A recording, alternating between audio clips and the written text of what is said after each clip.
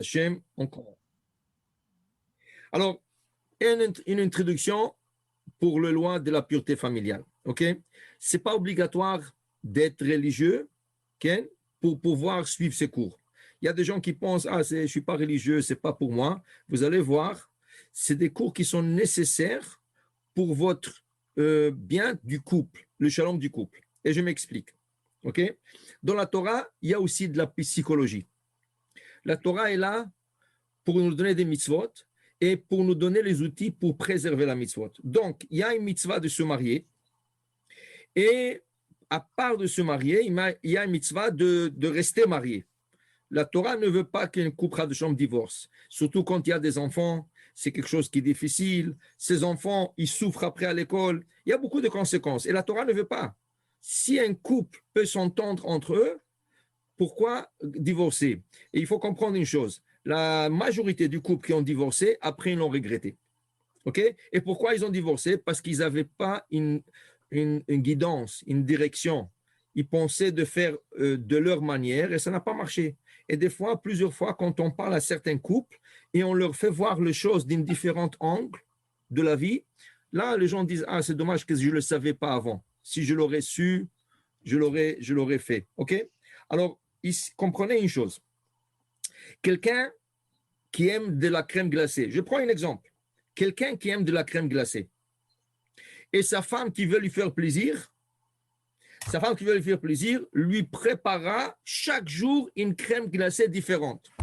Un jour vanille, 2 jours choco, mocha, ok, strawberry mocha, banane mocha, banane chocolat, ok, chaque jour. Qu'est-ce que vous pensez après un mois? Qu'est-ce qui va arriver? 2 mois, qu'est-ce qui va arriver? Autant qu'il aime la crème glacée, il dira je ne peux plus. How much can I take it? Combien je peux prendre encore? Okay? Quand tu aimes quelque chose, à un certain moment, tu ne pourras plus supporter cette chose. Ok? Il est du même. La Torah te dit tu te maries. Ok? Et voilà que tu as une femme. Malheureusement, la nature humaine fait qu'à un certain moment, après, on va dire, 10 ans, 15 ans, le problème est, tu sais, cette femme, ça fait 10 ans, 15 ans, et du coup, tu vois quelque chose d'autre, et tu penses que ça te plaît, et c'est dommage que je ne l'ai pas connu avant. Et ça commence des problèmes de couple. De deux côtés. De côté de l'homme et de côté de la femme. Et ça, c'est la tentation. C'est la tentation. Pourquoi? Parce qu'avec cette femme, tu as vécu déjà 10 ans, 15 ans, et tu veux toujours quelque chose de nouveau. C'est la nature humaine. On veut toujours se renouveler, on veut toujours quelque chose de nouveau. Okay? Vient la Torah et te dit, voilà, je vais faire d'une sorte que tu ne seras jamais satisfait, ça veut dire tanné de ta femme. Je vais faire d'une manière que toujours ta femme, ce serait comme si tu viens de la marier. Juste avant le mariage, tout est rose, tout le monde en tout le monde ken. Et après le mariage, le chant, c'est pas la même chose, c'est pas. Pourquoi? Parce qu'il y a des obligations. Tu comprends? Avant, il n'y avait pas d'obligation. Chacun vit chez lui. Et la vie est belle. On sort ensemble au restaurant, on prend. Mais après, quand on vit ensemble, ce n'est plus la même chose. Okay? Ça ne veut pas dire que c'est mauvais, c'est bon. Mais c'est la nature humaine qui fait les choses. Donc, qu'est-ce que la Torah dit? La Torah dit, je vais faire d'une sorte que tu vas te marier avec ta femme chaque 2-3 semaines. Comment c'est possible? Se marier chaque 2-3 semaines? Oui. C'est ça le loi de la pureté familiale. C'est quoi la pureté familiale? Plus que tu veux la chose et tu ne peux pas l'avoir, c'est plus que tu le veux. Donc la Torah te dit, on va te séparer de ta femme pendant 14 jours. 12 à 14 jours. Okay? Et tu dis comment? Mais c'est ma femme, je ne peux pas la toucher. Je ne peux pas être avec elle. Non. 12-14 jours, tu ne touches pas ta femme. Mais tu auras envie d'elle. Et là, quand tu reprends avec elle, pour toi, ça va être comme si tu viens de te marier avec elle. Okay? C'est exactement le concept de la pureté familiale. Il y a une petite séparation qui se fait. La femme, elle reçoit ses règles de menstruation. Et ces règles, qu'est-ce qu'ils font? Tu ne peux pas t'approcher d'elle. Okay? Tu ne peux pas t'approcher quand elle a du sang. Okay? Seulement, il y a une petite séparation de plus qu'on va étudier. Okay? Et cette séparation, elle est entre 12 à 14 jours. Sur un 30 jours, si je prends 12 jours, ça veut dire qu'il te reste encore être avec ta femme 18 jours. OK? Alors pendant 18 jours, tu es avec ta femme, libre. Après, elle reçoit ses règles de menstruation. OK? Ce n'est pas toujours comme ça. Parce qu'il y a des périodes où la femme n'a plus de menstruation. Quand on tombe enceinte. Quand une femme tombe enceinte, il n'y a pas de règle de menstruation. Là, tu as 9 mois à être avec ta femme. OK? Quand ta femme allaite, elle a un bébé, elle vient d'accoucher. Après qu'elle va au mikvé, elle allaite, tu peux être avec ta femme pendant 4 à 6 mois. Pendant l'allaitement, il n'y a pas de sang de menstruation. Pourquoi? Parce qu'Hachem, il a fait un laboratoire extraordinaire, okay, que pendant l'allaitement, il n'y a plus de sang. Le sang de la femme, les règles de menstruation, tournent en lait. OK? Alors, elle arrête la menstruation et tout le sang qui aurait dû être du sang, il devient du lait pour nourrir ton bébé. Donc, il n'y a pas de sang, tu es permis d'être avec ta femme. Alors, tu vois, il y a des périodes que Hachem te laisse une liberté pendant 9 mois, pendant 4 à 6 mois. Okay? Et chaque 18 jours, après chaque 18 jours à peu près, plus ou moins, okay? Là, tu te sépares un peu de ta femme et tu as envie de retourner avec elle. De la même manière que la femme, de la même chose, la femme de son côté à elle, elle est la même chose. Il faut que vous compreniez une chose. Ok, vous êtes de nouveau marié, ben vous allez vous marier, et ça c'est quelque chose que vous allez découvrir. Si vous ne l'avez pas encore découvert, vous allez le découvrir. Les femmes, ils ont un système différent de l'homme. Quel est ce système? Quand la femme reçoit ses règles de menstruation, il y a des hormones qui travaillent en elle. Elle devient très sensible, la femme. Surtout quand elle est menstruée et enceinte, et des fois quand elle allaite. Ces hormones qui changent sa nature et sa pensée, qui veut dire que tu peux lui dire une joke, elle va s'éclater de rire. Tu vas dire la même chose quand elle reçoit ces hormones, pendant la menstruation, pendant l'allaitement, pendant certaines périodes que ces hormones travaillent, et elle va se mettre à pleurer. Dis, qu'est-ce que je te dis? Moi, je te dis une joke. Et là, tu vas t'excuser et tu ne vas pas comprendre. Qu'est-ce que je lui dis? Je n'ai rien dit de mal. Okay? Mais c'est normal. C'est les hormones. C'est pour ça qu'on dit chaque matin. Qu'est-ce qu'on dit chaque matin? Baruch ata Hashem Elokeinu melech haolam shelo asani isha. Tu ne comprends pas qu'est-ce que c'est d'être une femme. Tu es sujet à ton corps avec des hormones, avec des changements, et chaque chose c'est différent. Elle pense différente de nous. Okay? Mais c'est ça. Akadosh Baruch Hu veut mettre un couple ensemble. Et si tu connais tout le mécanisme, tu n'auras jamais de problème. Si tu sais que la femme est sensible pendant une certaine période de temps, tu vas faire attention. Tu vas essayer de faire un peu plus plaisir, plus que la normale. Tu vas essayer de garder distance des fois. Okay? Tout ça, c'est de la psychologie. OK? Et il faut savoir, la relation que vous avez maintenant avec vos fiancés ne va pas être la même. Elle va être meilleure. Ça, je vous promets. Elle va être meilleure, mais il y aura de certaines situations où vous devrez savoir comment gérer cette situation. OK? Alors, il ne faut pas avoir peur. Et comment? Je ne pensais pas avant le mariage. Non, c'est normal. C'est comme ça. C'est un couple. OK?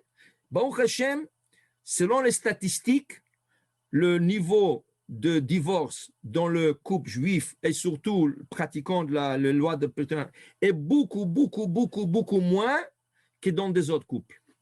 Okay? Ça ne veut pas dire qu'il y a des gens religieux qui ne sont pas divorcés ou des gens qui pratiquent la pureté de la famille qui ne sont pas divorcés. Ça peut arriver à Shalom aussi. Mais pour vous dire, c'est le niveau, okay? C'est beaucoup moins. Pourquoi? Parce qu'on connaît le système et on essaie de s'adapter à ce système. OK? Alors, on va commencer par les premières règles que ce système nous enseigne. Maintenant, je ne connais pas tout le monde personnellement, mais je peux vous dire une chose. Encore, que vous soyez pratiquant ou pas, on va étudier ces règles. Bezrat Hashem, j'espère que vous allez aussi le pratiquer. Mais sinon, gardez-le en mémoire et sachez que c'est quelque chose qui va vous sauver. On the long run. Au bout de la ligne, c'est la chose à faire, c'est la chose qui va vous préserver le mariage. Et des fois, quand j'ai appris avec beaucoup de plusieurs khatanim, au début, ça paraissait un peu, waouh, tout ça, non, ne me dis pas, je ne pensais pas. OK. Et après, quand je rencontrais après 1 an ou 2 ans de mariage, ils ont dit, tu sais quoi? We did it. On l'a fait. Pourquoi? Parce qu'on a réalisé de deux côtés que c'est la chose à faire. C'est ça, sachez que même le goïm, le non-juif, comprend cela. Comment on le sait? Parce que les Grecs, si vous regardez un peu la littérature, les Grecs, un des décrets qu'ils ont fait, c'est que les femmes juives n'aillent pas au mikvé. Pourquoi ils ont décrété ça? Ok, ils ont décrété que le juif ne se circoncis pas. Ça va, parce qu'ils ne voulaient pas que le juif soit différent, parce qu'il y avait des bains publics. Et quand un juif et un goy rentraient dans ce bain, et ils étaient nus, tout de suite, ça remarquait une différence juif-non-juif. Alors, ils ne voulaient pas de ça, ok? Ils ne voulaient pas que le juif pratique le Shabbat. Compréhensible, parce que le juif fermait son magasin le Shabbat, le goy travaillait. Alors, pourquoi le voisin qui est juif, il ferme le magasin et le goy travaille le Shabbat? Alors, ils ne voulaient pas cette différence sociale. Ils voulaient Mais qu'est-ce que ça leur dérangeait que le soir, la femme va au mikvé? Tu vois rien? Le mikvé, c'est que pour des femmes juives. Qu'est-ce que ça a dérangé? Non, parce qu'ils ont compris que le foyer juif, ils ne pourront jamais le convertir, ils ne pourront jamais l'assimiler tant qu'il y a cette pureté familiale qui unit un couple. Et ils ne voulaient pas de cela. Ils ont compris ça, les Grecs, et de Romains après eux. Okay? Ça veut dire que le goïm, ils savent ça. Les goïm, ils savent. Alors, pour dire que c'est notre Torah, c'est notre pratique, et on essaiera, Be'at Hashem, le plus et le mieux possible de la préserver. Alors, commençons par la première loi, que peut-être va choquer entre vous, quelques-uns d'entre vous, ou peut-être va paraître bizarre, mais vous allez voir, avec le temps, vous allez trouver la vérité et la profondeur de ces lois qui ont été instaurées par nos sages. Ce n'est pas quelqu'un qui s'est assis un jour et a décidé de faire ça. Ce n'est pas comme ça. C'est quelque chose qui a été étudié et approfondi par nos sages. Le premier cours s'appelle les harchakot, en hébreu. Harchakot. Les harchik, c'est les séparations. Qui veut dire, pendant la période où la femme est menstruée, on essaie de se séparer d'elle. Ok? La distance. Ça, c'est la Torah. La Torah dit que elle, Isha, betum'at, nidata, lotikrav. Ne t'approche pas quand la femme est nida, est menstruée. Maintenant que vous comprenez, selon la Torah, comment ça marche? Selon la Torah, et après, selon le Chachamim, et selon la Halacha, comment ça marche? Selon la Torah, à l'époque de Moshe Rabbeinu, à l'époque de, un peu après, c'était que la femme, elle gardait que 7 jours. Qui veut dire, la femme commence à avoir du sang et se sépare de son mari. Le sang peut couler chez une femme normale 4 à 5 jours. 4 à 5 jours, c'est la moyenne de, on dirait, 90% des femmes. Elles voient du sang. Maintenant, quand on dit le sang qui coule, c'est pas un peu. Elle voit un peu qui coule dans la salle de bain, hein.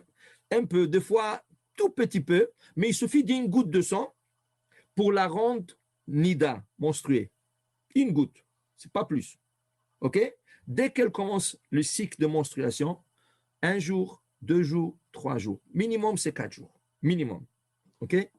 Une fois qu'elle a terminé ça, selon la Torah, je parle selon la Torah, elle a ajouté jusqu'à 7 jours. Qu'elle le voit ou pas, jusqu'à 7 jours.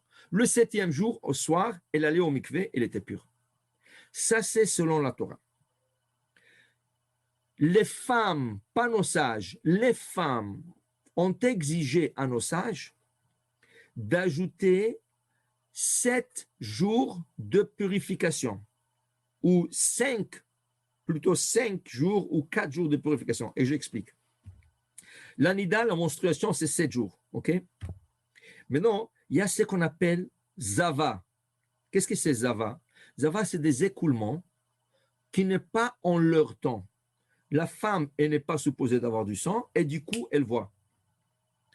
Quelle est la règle pour ça? La règle est jour pour jour. Tu as vu un jour du sang?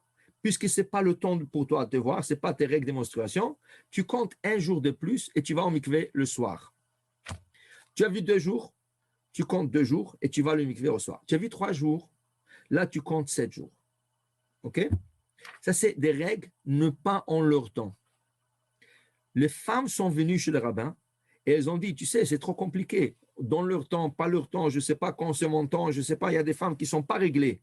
Il y a des femmes qui sont comme une montre. Elles sont réglées. Chaque telle période du mois, elles reçoivent leur menstruation. Il y a des femmes, des fois oui, des fois non. On va étudier ça aussi. On va étudier ça aussi. Donc, les femmes ont demandé qu'on compte 4 ou 5 jours jusqu'à ce que le sang arrête. Dès que le sang arrête, après 4 jours, après 5 jours. Et après, on compte 7 jours de pureté comme la femme qui voit le sang pas en son temps. Donc, en total, on a 4 plus 7 ou 5 plus 7. Et en vérité, il n'y a pas de règle, ça peut être 6 plus 7. Le 7, c'est obligatoire. Le temps d'arrêter le sang, c'est personnel pour chaque femme. Si la femme a arrêté de voir le sang après 4 jours, alors elle commencera à compter ce 7 jours. Si après 5 jours, elle commencera après 6 jours, et après elle commencera. Okay? Mais ça ne peut pas être moins que 4. Moins que 4 jours, ça ne peut pas être. 4, c'est le minimum. OK? Alors maintenant, une fois que tu as ça, alors je fais 4 plus 7, ça fait 11 jours de séparation. 5 plus 7, ça fait 12 jours de séparation. Et le soir du 12 ou du 11, okay, la femme, elle va au mikvé. Ça, c'est la période de séparation. Tant que la femme n'est pas partie au mikvé, même si c'est 1 an, 2 ans ou quelques années, elle reste nida, elle reste menstruée, même si elle arrête de voir du sang. Qui veut dire, une femme non religieuse, qui n'est jamais partie au mikvé et qui a eu cette dernière règle de menstruation à l'âge de, on va dire, de 50 ans, et depuis, il n'y avait plus de sang, elle n'a jamais vu du sang, et la madame, elle a 80 ans, cette madame, elle est menstruée. Parce que la dernière fois, elle n'est pas partie au mikvé pour se purifier. Donc, pour se purifier, c'est obligatoire d'aller au mikvé. Et si tu ne vas pas au mikvé, tu restes comme ça pendant des années même. Alors, qu'est-ce qu'on dit à une femme qui est très âgée? Elle te dit, tu sais, moi, quand j'étais jeune, j'avais fait ça et tout ça. Oui, alors tu es un nida. Dans ce cas, tu devrais aller dans le mikvé pour une dernière fois, pour te purifier à vie. Tu n'as plus de sang. Mais pour la vie, maintenant pour le reste, jusqu'à 120 ans, tu as besoin d'encore une fois d'aller au mikvé pour te purifier. Donc, la femme aussi, elle aura besoin d'aller au mikvé chaque fois qu'elle a ses règles de menstruation. On va étudier plus tard, peut-être le deuxième cours, la semaine prochaine, qu'il est possible d'aller pas seulement dans un mikvé des femmes, dans un lac naturel, pas un lac humain, okay? Not man-made, pas un lac humain, naturel, ou dans l'océan, ça veut dire océan, ça veut dire la mer. Des fois, il vous arrive d'être en Cancun, je ne sais pas, en République dominicaine, n'importe où. Okay? Il y a des possibilités, mais ça, on va l'apprendre quand on va apprendre les lois du mikvé. Mais rien que pour vous dire, le mikvé, c'est obligatoire. Alors, tu dois t'arranger toujours que si ta femme doit aller au mikvé, tu te trouves dans une place où il y a un mikvé. Et si tu dois voyager, tu dois planifier, tu dois prendre ça en compte aussi. Mais on va voir. Là, c'est la deuxième cours, on va voir plus en détail. Maintenant, on va apprendre les archakot. Archakot, ça veut dire les séparations. Quand la femme est menstruée, ce n'est pas seulement qu'elle voit du sang. Elle peut voir du sang 4 et 5 jours, mais elle reste nida pour 7 jours de plus parce qu'elle n'a pas parti au mikvé. Pourquoi ces 7 jours? Ces 7 jours, c'est des jours de purification. D'ailleurs, cette semaine, dans la paracha, Chukat, vous allez voir que celui qui s'est impurifié, il doit compter 7 jours. Un homme, pas une femme, un homme. Il s'est impurifié, il doit compter 7 jours de purification et il est aspergé par une certaine eau mélangée avec la cendre de la vache rousse, qu'on appelle para adouma, et après il devient pur et il va au mikvé. Ça veut dire que le concept de mikvé existe aussi pour hommes. Plus aujourd'hui, parce qu'on n'a pas les lois de pureté et impureté, mais à l'époque du temple, même les hommes allaient au mikvé quand ils étaient impurs. Mais ce n'est pas parce qu'ils ont vu du sang, ça c'est règle de menstruation que pour la femme, c'est parce qu'ils ont touché une impureté. Donc ce concept existe aussi chez les hommes. Alors la femme qui a vu du sang pendant 4 et 5 jours, elle compte maintenant 7 jours de plus. Alors elle compte jour 1, jour 2, et là, elle se trompe au mikvé. Okay? Comment ça marche? En plus en détail, ça c'est plus la partie que les femmes apprennent. C'est pour ça qu'on sépare les hommes et les femmes. Parce que pour les femmes, les cours sont un peu plus différents, car elles ont toutes les règles, comment compter, comment faire, comment se préparer pour aller au mikvé, qu'est-ce qu'elle doit faire au mikvé. Tout ça, vous n'avez pas besoin de savoir. Ce serait bien de le savoir plus tard, après le mariage. C'est pour ça que je vous ai dit, achetez le livre, et comme ça, vous pouvez voir aussi certaines lois. Okay? Par exemple, je vais vous donner qu'est-ce qui est arrivé.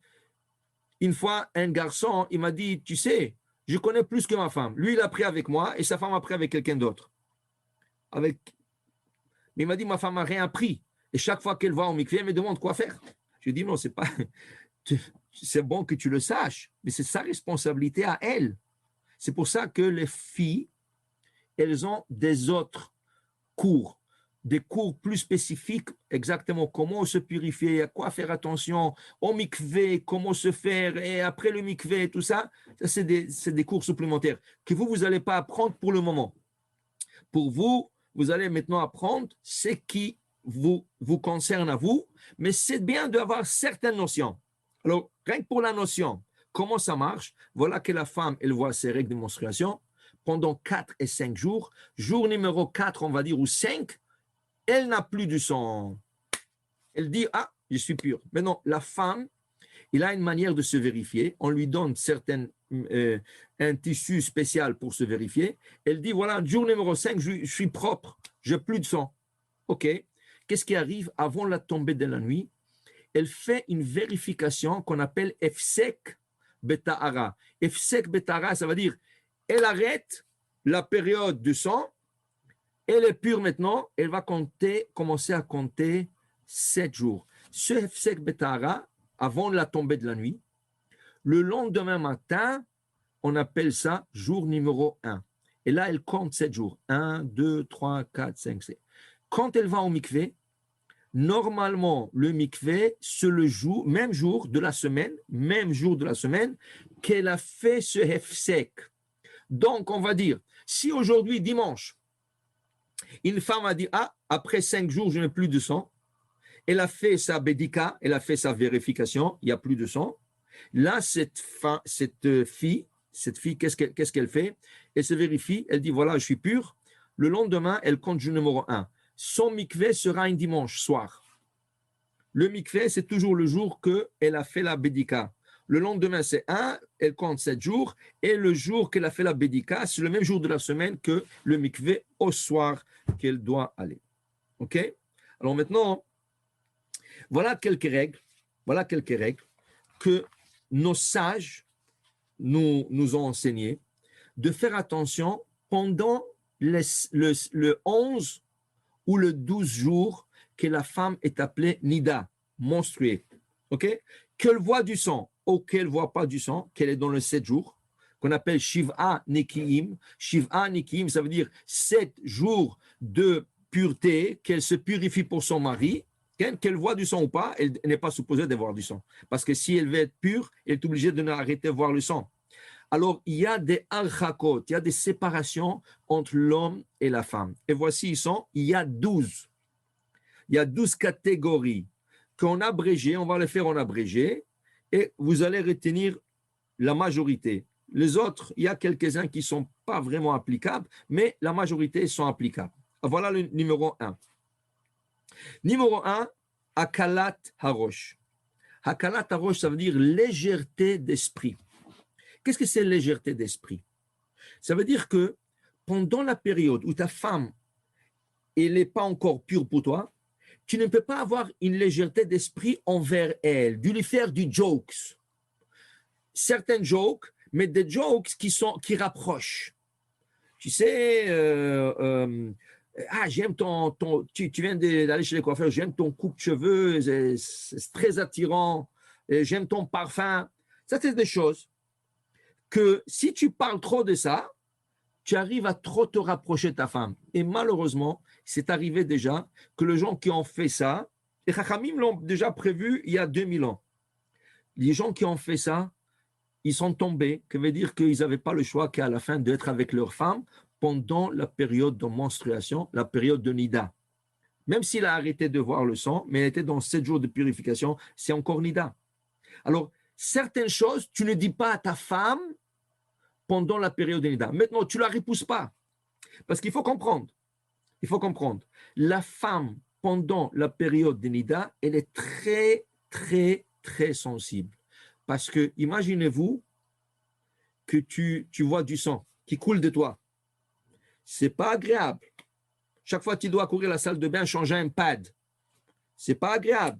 Tu es au travail, des fois il coule du sang et tu te sens très mauvais. Des fois tu taches la jupe. Ce n'est pas agréable.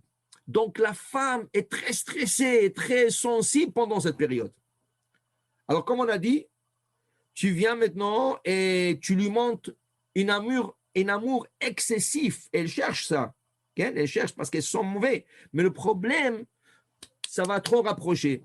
Et si c'est trop rapproché, ça risque de tomber dans une relation physique. Et Chachamim, la Torah ne voulait pas de ça. Et Chachamim voulait éviter cela. C'est pour ça qu'on dit dans les maximes de père, la première chapitre numéro 1, première Mishnah, Ve'asu seyag la Torah. La Torah demande à nos sages, faites de barrières à la Torah. Qu'est-ce que c'est une barrière? Avant qu'ils tombent dans le péché, faites de barrières. Alors, par exemple, une barrière que vous connaissez tous, la Torah nous a interdit la viande avec le lait. Quelle viande? La viande rouge avec du lait. Alors, pourquoi je ne peux pas prendre un sandwich d'un schnitzel avec cream cheese? C'est une barrière rabbinique. Parce que si tu manges le schnitzel avec le cream cheese, il y a des ignorants qui ne comprennent pas la différence et ils vont manger un steak avec du beurre. Donc, Chachamim, ils ont fait une barrière. Qu'on ne mange pas tout ce qui est bassar, tout ce qui est appelé viande, même le poulet est appelé viande, on n'approche pas ça avec du fromage pour que les ignorants ne tombent pas dans le péché. Donc, on ne voulait pas que des paroles futiles aboutissent à une relation physique. Alors, akala tarosh, tu ne dis pas des choses qui rapprochent trop. C'est bien de dire aussi, de donner des compliments. C'est pas que tu ne dis pas bonjour quand tu te lèves le matin. C'est pas que tu dis Shabbat Shalom. Non, il faut dire Shabbat Shalom, bonjour, comment ça va, comment tu te sens, comment tu te rends au travail, à quelle heure tu finis. Tout normal. Mais pas des choses d'amour, pas des choses de toutes sortes de choses qui flattent trop la femme, que ça risque d'arriver à une relation physique. Ça, non. Tu peux être normal, tout ce que tu fais normalement, mais fais attention à quoi tu dis, que tu ne dis pas de choses qui rapprochent trop. OK? Maintenant, numéro 2. Negi'a ve'oshata miyad leyad. On ne peut pas toucher la femme pendant cette période. Okay? Que ce soit sa main, que ce soit son corps, okay? Pas seulement toucher. On ne peut pas passer des objets d'une main à une autre. Ça veut dire, toi, tu as quelque chose, tu veux lui donner. Pourquoi? Il y a des objets qui sont trop petits. Si je prends, je sais pas, une pièce, et je veux lui donner à elle, c'est tellement petit, c'est sûr que je vais la toucher. Okay? Alors maintenant, tu vas me dire, mais OK, alors si je prends une table, moi je me mets d'un côté de la table, elle se met de l'autre côté, on veut bouger la table. Est-ce qu'on peut? Non. Parce que Chachamim, quand ils font un décret, ils ne marchent pas avec une règle de mesure. Ça, c'est 1 centimètre, tu ne peux pas. Ça, c'est 1 mètre, tu peux. Quand ils décrètent sur toutes les mesures. Donc, on ne peut pas déplacer des objets ensemble. Il y a une table, tu as des invités et tu veux déplacer la table. Toi, tu es un côté, elle est l'autre côté. On ne peut pas. Ça s'appelle passer des objets d'une main à l'autre. Malgré que tu ne passes rien, tu déplaces. Ça s'appelle, on ne peut pas lever des choses ensemble. Pour être plus pratique, Baruch Hashem, vous avez un bébé, il y a une poussette et tu veux emmener la poussette quelque part. Oui, et il y a des escaliers et tu veux descendre les escaliers. Okay? Elle attrape d'un côté, toi tu l'autre côté. Tu ne peux pas. Tu ne peux pas. OK? Alors expliquons ce cas plus en détail. Il faut savoir quelque chose. Quand la femme reçoit ses règles de menstruation, c'est très privé. Personne n'a besoin de le savoir. pas tes enfants, Bezrat Hashem, tu auras des enfants, pas tes enfants, surtout pas les parents, ni tes parents à toi, ni ses parents à elle, et surtout, surtout pas les amis à l'extérieur. D'abord, la femme, elle ne veut pas que les gens sachent, et qu'est-ce que ça donne que c'est pas bon pour que les gens sachent. C'est quelque chose de privé entre toi et elle. Donc, si tu as une poussette, je reviens au cas de la poussette, et tu te trouves dans un endroit où il y a des escaliers à descendre, ok? Alors, elle veut prendre d'un côté, toi, tu ne peux pas, ok? Alors, toi, tu es là-bas, et tu lui dis, descends les escaliers. Alors, les gens te regardent, mais il est fou celui-là. Qu'est-ce qu'il dit à sa femme? Descends les escaliers. Mais pourquoi il n'aide pas à sa femme? Ah, les gens vont dire, ah, peut-être elle est menstruée. Alors là, toute la synagogue, elle sait qu'elle est menstruée maintenant. C'est bon. Non, tu dois garder ça en secret. Alors, qu'est-ce qu'on dit? Un chacham, il prévoit des choses. Donc, qu'est-ce qui est la chose à faire? Deux choses. Une de deux choses. Première chose, c'est où tu dis à ta femme, tu sais quoi, avance. Va, moi je vais me débrouiller. Et là, il y a plein de gens qui sortent de la synagogue et tu demandes à un ami, ah, Haïm, Yaakov, viens, j'ai besoin de l'aide avec la poussette. Mais comme ta femme, elle n'est pas là, alors les gens ne réalisent pas. Alors ils disent, ok, on va l'aider, ce n'est pas un problème, on va l'aider. Okay? Ça peut être le contraire aussi. Toi, tu avances, elle reste en haut, elle va demander de l'aide à quelqu'un, c'est quelqu'un qui va lui aider de descendre. Okay? Ça peut être sur un bus, ça peut être sur un étage, ça peut être n'importe où. Fais-le avec sagesse. Cas numéro 2, très courant, des clés de la voiture. Vous êtes quelque part, elle a besoin de prendre la voiture. Okay? Tu ne veux pas lui donner les clés, c'est assourd de passer d'une main à l'autre. Okay? Alors, qu'est-ce que tu vas lui dire? Je ne peux pas te donner les clés. Alors, les gens tout de suite autour, ils vont comprendre. Elle est nida.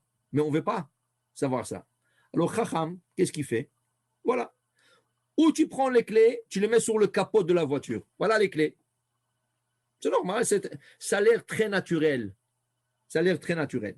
OK? Il y a une autre manière que le séfarade accepte et les ashkénazes n'acceptent pas. Si tu prends les clés et tu les jettes en l'air vers elle, mais pas en ligne droite, comme ça, comme un demi-cercle comme ça, tu le jettes en l'air, ça tombe vers elle, elle l'attrape. Le Shulchan Aruch l'accepte parce que tu ne lui as pas donné en main. Les Ashkenazes disent non, que c'est comme lui donner en main. Alors, c'était une discussion. Mais pour le Sephara, ce serait permis. Ça a l'air, fais-le comme un jeu. Fais-le comme un jeu. Ça veut dire, quand tu vas le jeter les clés comme ça, il l'attrape. Les gens, quand ils vont le voir, ils vont pas réaliser. Ils vont dire, ah, il est en train de s'amuser avec sa femme. Il lui jette les clés comme ça. Okay? Ça veut dire que fais les choses qui paraissent très naturelles, sans suspect que les gens ne comprennent pas. OK? Alors, ça, c'est une autre manière de le faire. OK? Alors, on ne passe pas des objets d'une main à l'autre. Ce n'est pas important la taille de l'objet, que ce soit petit ou grand. Même grand, on ne peut pas le faire. OK? Alors, si tu veux déplacer un meuble, ou tu le fais seul, ou tu appelles ton ami ou ton frère ou n'importe qui pour t'aider, mais tu ne le fais pas avec ta femme. Ça, c'est Negi'a Veroshata. Toucher et passer des objets d'une main à l'autre. Numéro 3. Achila al Shulchan Echad. Vous savez quelle est l'approche qui rapproche le plus les gens, que ce soit juif, que ce soit goy? Manger ensemble. Écoute, tu veux faire une affaire? Qu'est-ce que tu fais avec ton client? Tu l'emmènes au restaurant. Après que vous avez bien mangé, qu'est-ce que tu fais? Tu lui proposes l'affaire. Okay? Quand une personne mange, elle est bien, elle est tranquille, elle relaxe. Okay? Alors, il s'est approché à toi, et là, il est prêt à faire une négociation avec toi. Ça, on n'a pas besoin d'apprendre ça du monde du business. Ça, le monde du business a besoin d'apprendre de la Torah. Où dans la Torah, ça parle de ça? Parashat Shemot. Qu'est-ce qui est arrivé dans le livre de Shemot, dans la parashat de Shemot? Moshe Rabbeinu, qui se sauve de Midian, il se sauve de l'Égypte, de Paro, il arrive à Midian, et voilà qu'il voit 7 filles menacées par des bergers qui leur jettent des puits d'eau et leur menacent. Et Moshe intervient pour la justice et il repousse le berger et il ramène les femmes pour pouvoir abreuver leur troupeau. Les filles retournent chez elles et le papa, Yitro, il dit, comment ça se fait que vous êtes retournés si vite aujourd'hui? Elles ont dit, parce qu'il y a un Égyptien qui nous a sauvés. Ah oui, alors appelez-le, qui mange du pain avec nous.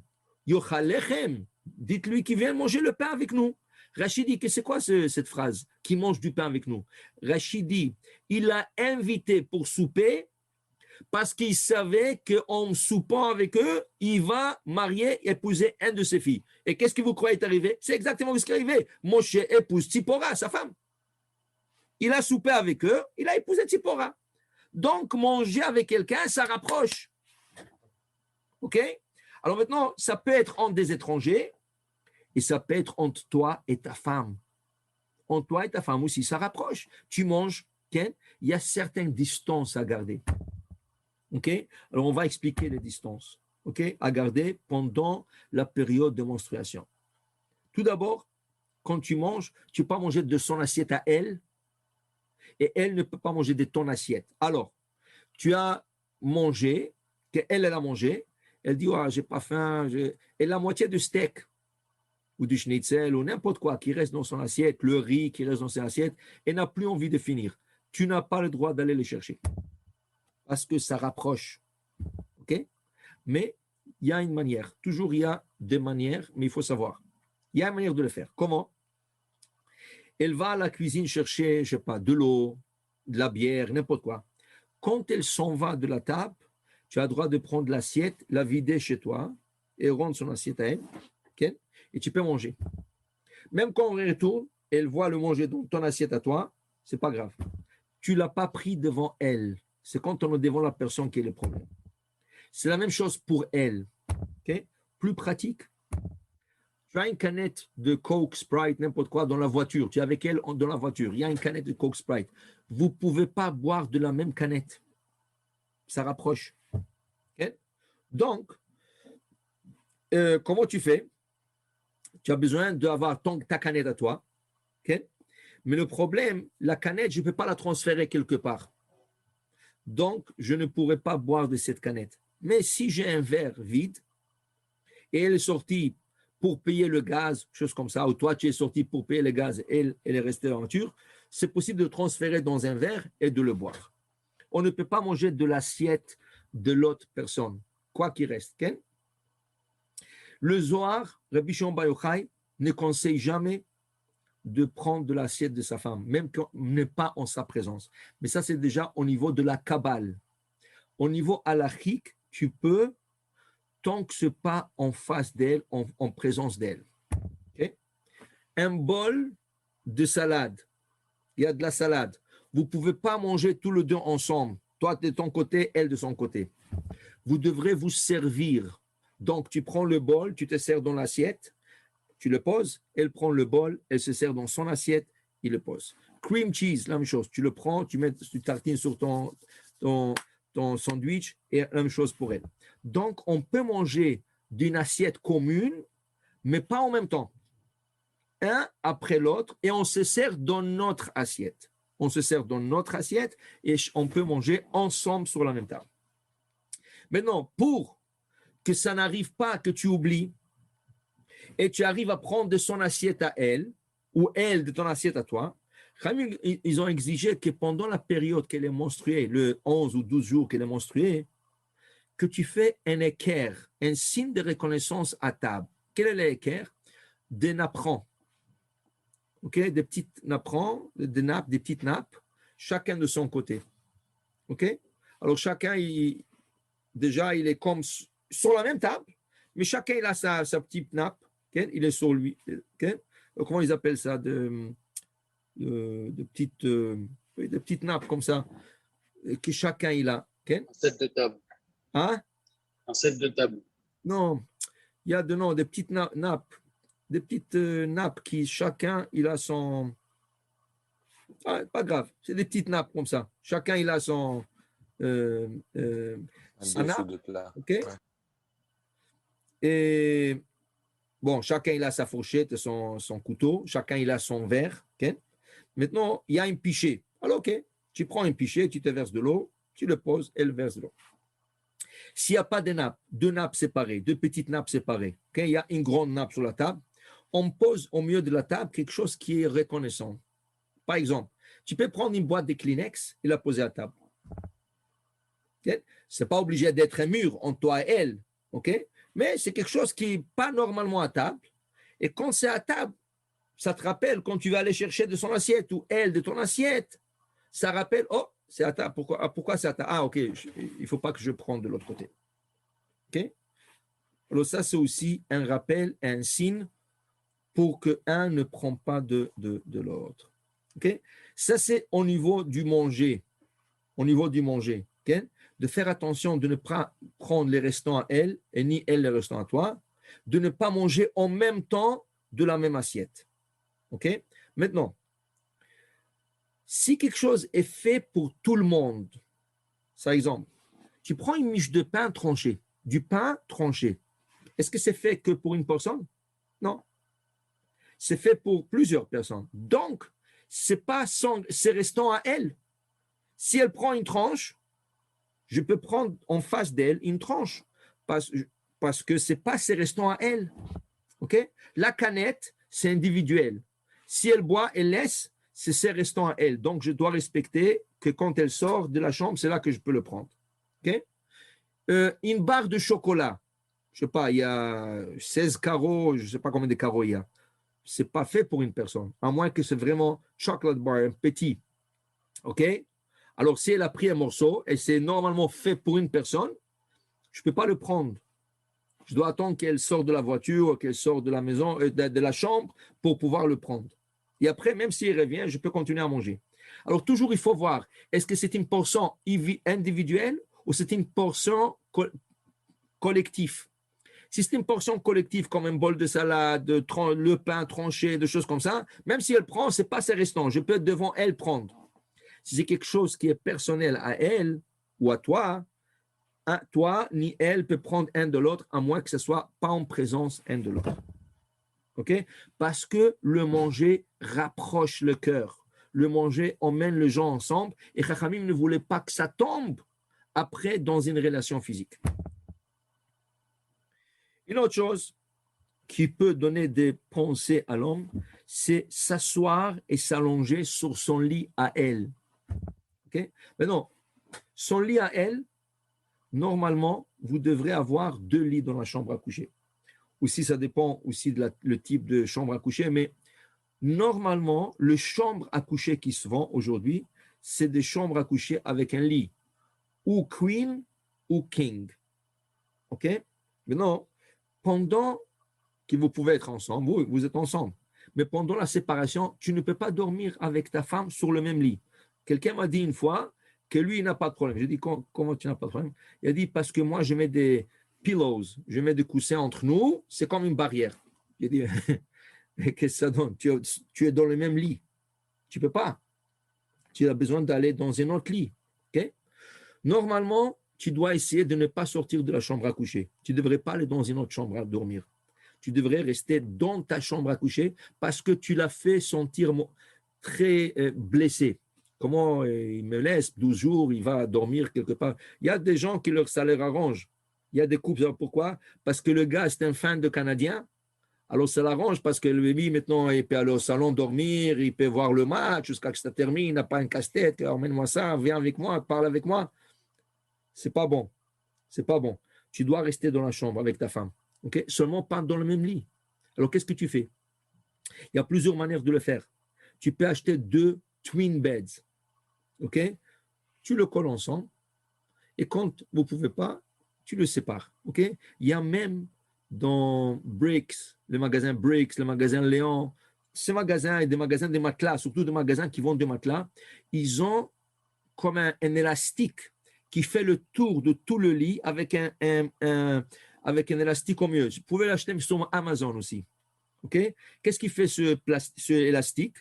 Ce élastique, il est fait spécialement pour 2 lits, pour coller 2 lits. Alors, quand tu colles 2 lits, normalement, au milieu, il y a un petit espace. Okay? Alors, qu'est-ce qu'ils ont fait? Ils ont fait un élastique, d'abord, qui rapproche les 2 lits ensemble, puis qui ne sépare pas. Et en plus de ça, il y a un morceau d'élastique au milieu pour couvrir sur le trou, comme ça s'ouvre pas. OK? Je crois que beaucoup de gens m'ont dit qu'ils l'ont acheté sur Amazon. OK? Ça, c'est une autre manière de faire la chambre à coucher. 2 lits séparés. OK? Et ça se colle quand on pouvait être ensemble. Une autre manière, si vous avez trouvé une chambre, chambre à coucher, okay, que vous aimez, c'est votre style, mais ça vient rien qu'en queen et en king, ça ne vient pas en deux lits séparés, pour une raison ou pour une autre. Okay? Alors, il faut acheter un autre lit pour la chambre. Mais encore, ça dépend de la taille de la chambre. Si la chambre est grande et on peut mettre un autre lit qui sera là-bas, au moment qu'elle est menstruée, tu peux dormir là-bas, OK. Si la chambre est trop petite, tu peux acheter un petit sofa ouvrant que tu ouvres et tu dors quand elle est menstruée, OK. Et sinon, tu achètes un petit lit ou gonflable ou pliable, Canadian Tire, Walmart et tous ces magasins-là, et tu le gardes dans la chambre. Et quand elle est menstruée, puisque c'est elle qui souffre, entre guillemets, c'est elle qui voit du sang, c'est elle qui a les hormones, tu lui donnes le kavod, tu lui donnes le respect de rester dans son lit à elle. OK, à vous, mais pour le moment, à elle. Et toi, tu dors un peu inconfortable sur un lit pliant, sur un matelas gonflant, tu te trouves. Mais essaye de rester dans la chambre. Ne quitte pas la chambre. Essaye de rester avec elle pour que ce ne soit pas mauvais le fait que tu as quitté la chambre. OK? Maintenant, quand tu n'es pas à la maison, tu n'as pas le droit de t'allonger sur son lit à elle pendant le 11 ou 12 jours. Pourquoi? Quand tu t'allonges sur son lit à elle, ça donne certaines pensées. Ça donne certaines réflexions et tu penses à elle. Trop. Okay? Elle, par contre, pourra s'allonger sur ton lit, pas en ta présence. Toi, tu es au travail, elle peut s'allonger sur ton lit. Pourquoi? Dans les lois de la pureté familiale, il y a des lois qui vont en deux sens, il y a des lois qui vont un seul sens, à toi vers elle, mais pas elle vers toi. Pourquoi? Vous savez que Chava, Ève, quand elle a fauté, Dieu l'a punie. 10 malédictions. Une de malédictions écrite dans la Torah, c'est Ve'el isher teshukater. Tu voudras t'approcher de ton mari, Vehu im sholbach, mais c'est lui qui va dicter, c'est lui qui va décider. Donc, selon la loi juive, je ne parle pas de goïm. Chez les goïm, il n'y a pas de barrières, il n'y a pas de restrictions. Mais selon la loi juive, une femme n'a pas le droit de parler des relations physiques à son mari. Lui dire carrément, viens, on va voir, on va être ensemble. Elle n'a pas le droit. Pour la religion juive, c'est la chutzpah. Elle peut faire des gestes. Elle vient à côté de toi, elle t'enlace, elle t'embrasse, elle met un parfum que tu aimes. Il ne faut pas que tu joues le stupide non plus, parce que j'ai vu déjà des choses comme ça. Les femmes viennent se plaindre après, parce qu'il a le match de Canadien, hein, je fais tout pour lui faire comprendre et il ne comprend rien. Oui, qu'est-ce que tu veux? Oui, laisse-moi. Ouais. Il ne faut pas que tu sois comme ça. Si elle s'approche de toi, elle ne peut pas parler. C'est de la chutzpah, selon la religion juive. Elle ne peut pas le dire. Alors, s'il fait des signes, il faut que tu sois sensible, il faut que tu comprends qu'est-ce qu'il est en train de dire. Oui, alors toi, tu inities. Parce que la Torah lui dit à elle, Ve'el isher teshukater, tu auras envie de lui, mais tu ne pourras pas le dire. Clairement. Tu peux faire des gestes, tu peux faire des signes, mais tu ne pourras pas le dire. OK? Donc, il y aura des lois qui vont du sens de l'homme vers la femme, mais pas de la femme vers l'homme. Si l'homme s'allonge sur le lit de sa femme et il a envie d'elle, il peut l'appeler, viens, on va être ensemble. Mais si la femme s'allonge sur son lit à lui, il ne peut pas le dire. Donc, Rachamim lui ont laissé la liberté de s'allonger sur son lit à lui, pas en sa présence. Donc, même si ta femme n'est pas en ville, elle est partie à New York, elle est partie en France, elle est partie n'importe où, et elle est seule à la maison, elle peut s'allonger sur ton lit, mais toi, même si elle est en France, même si tu es en New York, tu ne pourras pas t'allonger sur son lit à elle pendant la période de menstruation. C'est une rue à un sens, pas deux, dans ce cas spécifique. OK? Maintenant, s'asseoir ensemble sur une place. OK? Regardez.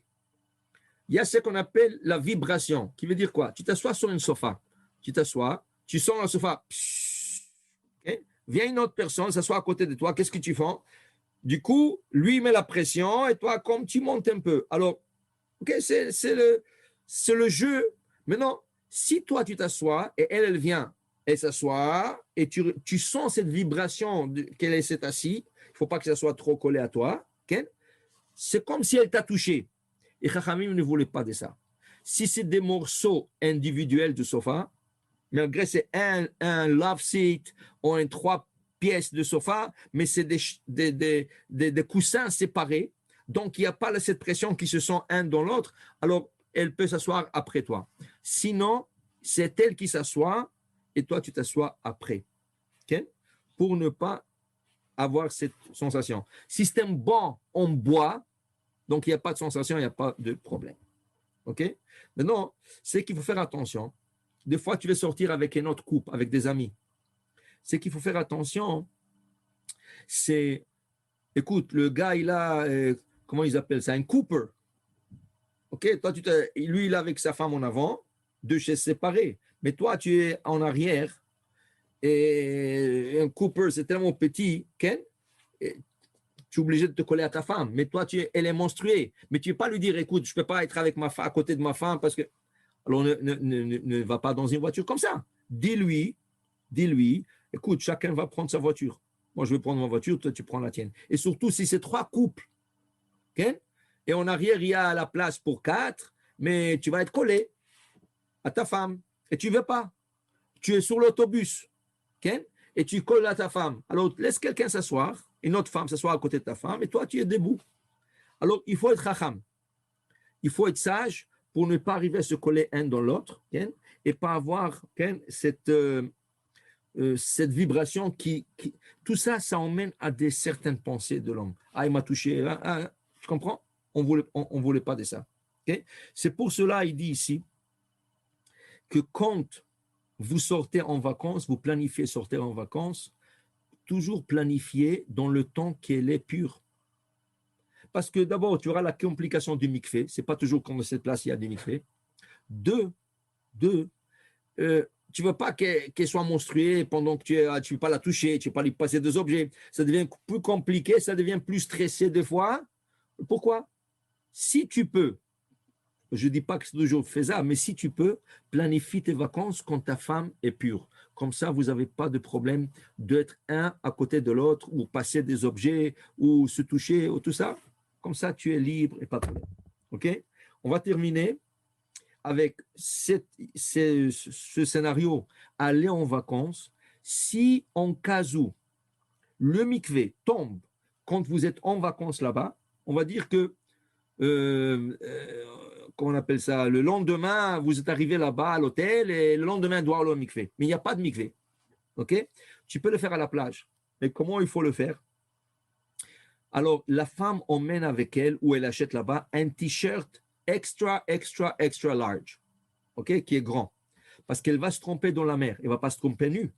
N'oublie pas, des fois, il y a des immeubles en face. Ou des fois, il y a des gens qui passent sur la plage. Elle ne va pas se tromper nue.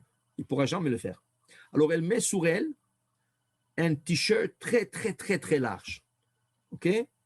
Et ça serait bien aussi, ça serait la meilleure recommandation d'avoir un filet qu'elle met sur la tête. Ça veut dire le filet, vous savez, des fois que vous êtes dans la béquerie et le travailleur là-bas, ils ont un filet pour attraper les cheveux et ce filet est troué. Okay? Pour attraper les cheveux, que le cheveu ne tombe pas dans le manger. Ça fait pour hygiénique, pour hygiène. Okay? Alors, si elle peut avoir ça, c'est la meilleure des choses. Pourquoi? La partie la plus importante quand la femme trompe en mikvé, c'est que ses cheveux, même un cheveu ne dépasse pas l'eau en haut. Si un cheveu dépasse l'eau, le mikvé n'est pas valable. Il faut que complètement soit émergé dans l'eau. C'est pour ça qu'il y a une surveillante dans le mikvé qui surveille comment la femme se trompe, qu'elle soit complètement émergée dans l'eau. OK?